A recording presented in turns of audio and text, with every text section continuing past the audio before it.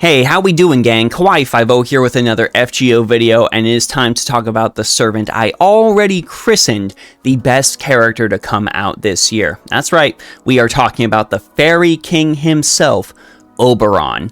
Now, Oberon he's different. He is very, very different, and he is going to be providing your team with the ability to see some numbers that you might never have thought possible before now. So hopefully if you enjoy Oberon, you pulled Oberon, you want to use Oberon, this video helps you out. If it does, be sure to go ahead, like, and subscribe. Now, let's talk about the Fairy King. Oberon comes equipped with 2 quick, 1 arts, and 2 buster cards with an AoE Buster Noble Phantasm. He is also a member of the brand new Pretender class.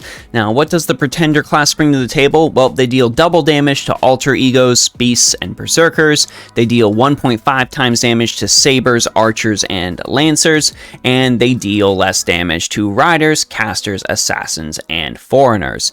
However, they don't take extra damage from the riders, casters, assassins, foreigners, etc. Well, that's not entirely true. They take double damage from foreigners. Let me not even lie to you when it comes to that. And they take, of course, a little bit of extra damage from berserkers, and a little bit extra from alter egos and beasts, not necessarily that much. But overall, they have some pretty solid defensive options. There are 5 out on JP right now, and Oberon is going to be our big introduction to them. Taking a gander at Oberon's stats, his HP and attack are fairly solid, generally on the higher end. His NP per hit is pretty solid as well, but he's only got 1 arts card, so you're really going to have to consider that. And his star absorption is overall average, much like a saber. But it is not Oberon's stats or class that end up setting him apart and making him an absolutely absurd character. It is his skills. Let's take a look at those right now. Oberon's first skill is Evening Shroud, rank EX. This grants all of his allies a 20 to 30% Noble Phantasm strength increase, and also provides a flat 20% charge to their Noble Phantasm gauges.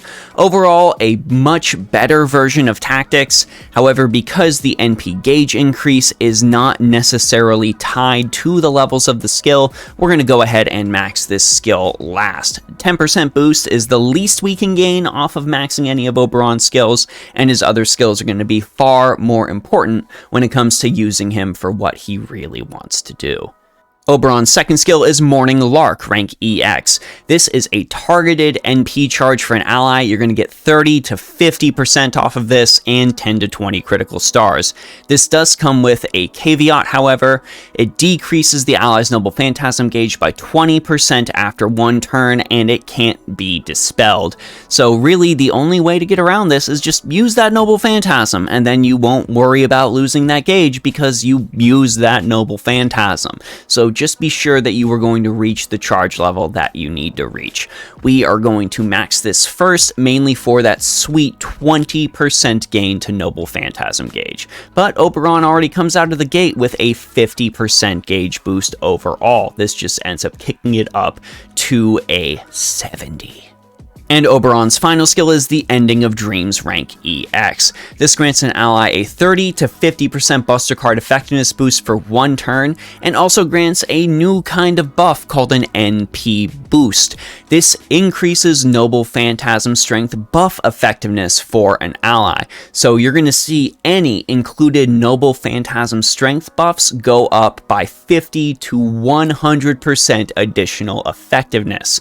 I think overall that ends up meaning, like, for example, his first skill, 30%, that ends up getting turned into a 60% Noble Phantasm strength boost, but feel free to pop on down into the comments and correct me if my math is wrong.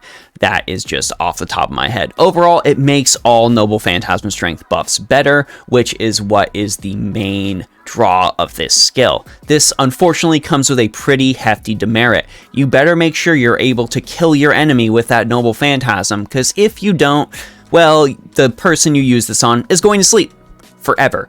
They get permanent sleep, all their buffs are removed, they cannot act, they cannot be sacrificed, they cannot order change, it is not removed when they are attacked, and they are target focused for 3 turns. So they will die. It is just going to happen. There is no way around it. So definitely make sure that you are destroying your enemy with that final burst of Noble Phantasm. Otherwise, the dreams that'll be ended will be yours. Go ahead and max this skill second.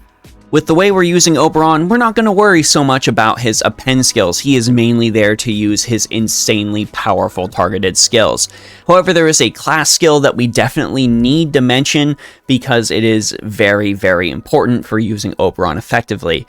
While Oberon's on the field, the debuff success rate for all non-foreigner allies is increased by 10%, and the buff success rate for all Merlin allies is decreased by 20%. So your Merlin doesn't work so good when Oberon is there. They hate each other. You should probably just keep them away from each other as much as humanly possible. They just really don't mesh well. So keep your Merlin away from your Oberon. 僕にできることなんてこの程度さ。同心の君、夏の夜の後。恋は触らず懐かしむもの。ライライム、グッドフェロー。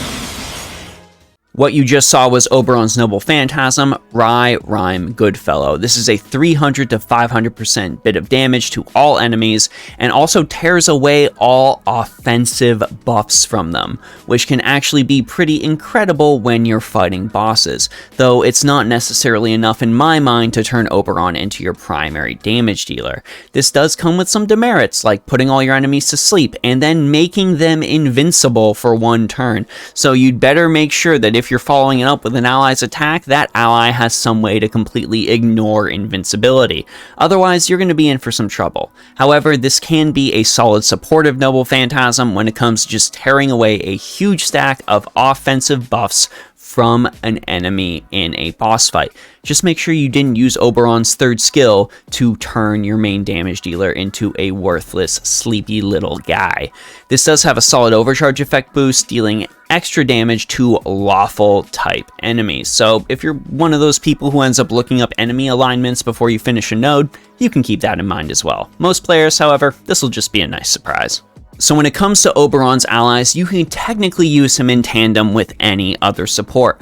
Oberon's main value comes from the fact that he is a very powerful ender when it comes to farming. You swap him in on that final turn, you charge up your main damage dealer's Noble Phantasm, and you go ahead and use the Noble Phantasm damage buff increase, get all of those stacks going, and just deal an absolutely absurd amount of damage.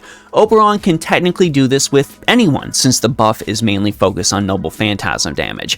However, if you truly want to maximize his effectiveness and see where Oberon shines the most, well, that is going to be helping your Buster supporters. So he is actively best in a Buster farming team with 2 Koyanskayas of Light. He is honestly the main enabler to making some of the damage the most absurd it can possibly be.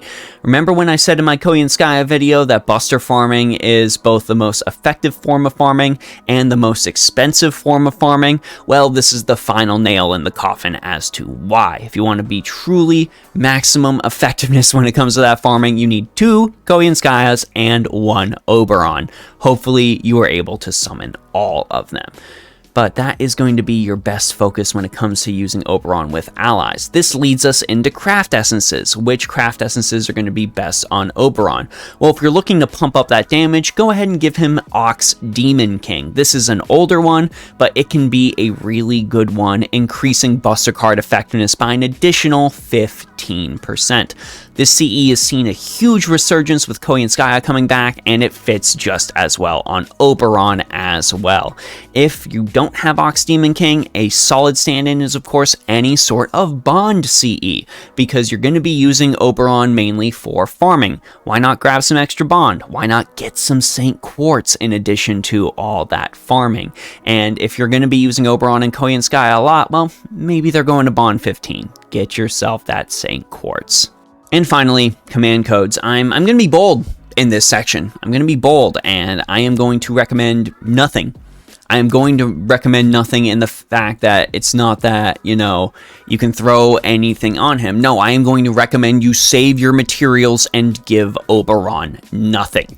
More likely than not, the main way you're going to use Oberon is to bring him in as an ender when it comes to farming to deal a little bit of extra damage. You likely will not be using Oberon's face cards, so you will not be gaining any benefits from them. So it is probably in your best interest to save a lot of that QP and those materials.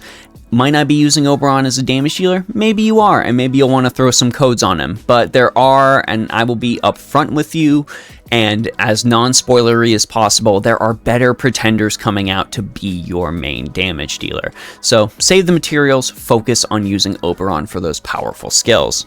I said at the top of the video, and I'll say it again, Oberon is incredible. The skills he brings are going to allow you to see noble Phantasm damage numbers, the likes of which have never been seen, and considering a significant portion of FGO is focused on farming, for materials, for events, for all of those things, Oberon is going to bring to the table the absolute peak, the pinnacle of Buster farming. He is the final bit needed to allow you to farm in a way where you don't need to worry about things like, am I hitting enough off of overkill? Do I need enough when it comes to noble Phantasm gain? Do I need to make sure I hit these crits in order to refund my gauge? No. None of that is necessary. If you have your damage dealer, your double Koyanskayas, and your Oberon at 10-10-10, you are going to be granted the most efficient farming experience FGO has to offer. Is it expensive? Yes. But are you going to be sure that you are going to be able to 3-turn absolutely everything? Again, the answer is yes. Oberon is absolutely incredible, not only as a character, but as an addition to the game. And I am very, very happy that we have received him. Thank you, Fairy King, for all that you have brought us. And also thank you to, well, that's a spoiler. So thank you to Redacted for being an absolute asshole. God, I love it when characters are absolute assholes. Just makes them a little bit more lovable, in my opinion. But of course, I want to know what you all think, so let me know your thoughts on Oberon down in the comment section below. Let me know if there are any allies, craft essences, or command codes I might have missed, since, you know, I didn't necessarily recommend those, but you can put your own recommendations down there if you want to not believe me. That is entirely up to you. Let me know if you were able to summon Oberon, and now that the Buster farming trifecta is complete, who is your main Buster damage dealer? Remember, if you don't have any of the big options, Kucaster was free. If you've been playing for a while, you should have an MP5. You should probably use him with Oberon. He's really good. Just keep that in mind. But other than Kucaster, who are you using? I want to give a big thanks to everyone on all the platforms you'll see in the description down below. Big thanks to everyone on the Discord for being super cool. Big thanks to everyone for their support on the Patreon, on the Ko-fi, over on the Twitch, and of course a big thanks to all of you here on YouTube. If it wasn't for all of you providing me your support, I wouldn't continue to make these videos. So of course, I do appreciate it. Anyways, gang, that's it for me, Kawaii50. I hope you all have a phenomenal day, and I'll see y'all in the next one.